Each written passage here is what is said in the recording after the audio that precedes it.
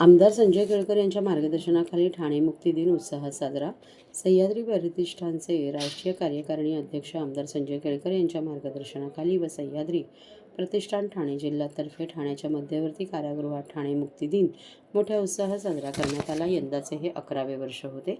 या कार्यक्रमाला आमदार केळकर यांच्यासह आमदार निरंजन डावखरे, दुर्गरत्न श्रमिक गोजमगुंडे, इतिहासकार मकरंद जोशी, कारागृहाच्या अधीक्षक राणी भोसले, उपअधीक्षक श्रीश भोसले, ठाणे महानगर परिवहन सदस्य विकास पाटील, सह्याद्री प्रतिष्ठानचे ठाणे जिल्हा अध्यक्ष महेश विनेरकर, अरिफ बडगुजर, संतोष साळुंखे उपस्थित होते. कार्यक्रमात छत्रपती शिवाजी महाराज, बाजीराव पेशवे, चिमाजी आप्पा, बलकवडे, अंजुरकर, नाईक, ढमढेरे यांच्या तसबिरांना पुष्पहार घालून फुले वाहण्यात आली. छत्रपती शिवाजी महाराज की जय, हर हर महादेवच्या जयघोषात वातावरण शिवमय झाले होते.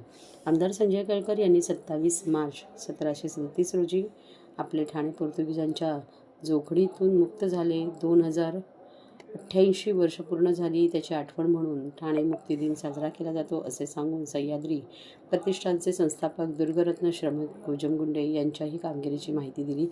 छत्रपती शिवाजी महाराजांचा इतिहास जर जिवंत ठेवायचा असेल तर त्यांनी बांधलेल्या गडकिल्ल्यांचे आपण रक्षण केले पाहिजे, कायम राहतील असे बघितले पाहिजे. माझ्या मार्गदर्शनाखाली 25 संघटनांची एकत्रित नुकतीच सांस्कृतिक मंत्री आशिष शेलार यांच्यासह बैठक झाली. त्यात गडकिल्ल्यांविषयी, दुर्ग संवर्धनाविषयी इतर चर्चा झाली. पण महत्त्वाचे 12 किल्ल्यांना जागतिक वारसा मिळावा याकरिता प्रयत्न सुरू असल्याचे आमदार केळकर यांनी सांगितले. सह्याद्री प्रतिष्ठान ही सर्वात मोठी संस्था असून त्यांचे काम दूरवर आहे. 30,000च्या वर प्रतिष्ठानचे सभासद आहे. आमदार निरंजन डावखरे यांनी जो इतिहास विसरतो त्याचे भवितव्य निश्चितच अंधारमय असते असं सांगून शालेय विद्यार्थ्यांना अशा कार्यक्रमात आणून इतिहास सांगितला पाहिजे असे मत व्यक्त केले.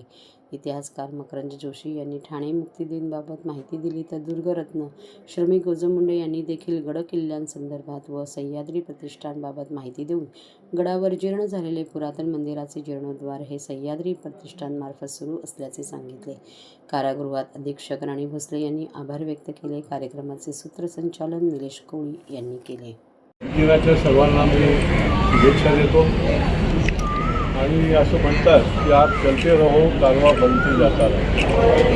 ही 11 वर्षापूर्वी आम्ही सगळे जे काही सेवक, दुर्ग सेवक असे सगळे आहोत, त्यांनी हे ठरवलं की प्रत्येक शहराला जो इतिहास आहे, ठाणे शहर हे सांस्कृतिक शहर तर आहे, पण त्याला इतिहासाची पण फार मोठी पार्श्वभूमी आहे आणि ही पार्श्वभूमी आपण वेळोवेळी पुढच्या पिढ्यांसाठी सतत लोकांच्या समोर आणली पाहिजे. आणि त्या हेतूने अनेक जी आपण ठाणे शहरामध्ये देखील कामं करतो, तर त्याच्यामधला हा अत्यंत महत्त्वाचा असा मानबिंदू आहे.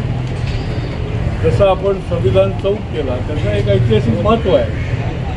किंवा ठाणे शहरामध्ये जे पहिली रेल्वे, देशातली पहिली रेल्वे ठाण्याकडे धावली, त्याचं बिल्डिंग जे आहे ते देखील आपण या स्टेशनच्या समोर त्याची स्थापना केलेली आहे. टाऊन हॉल आहे.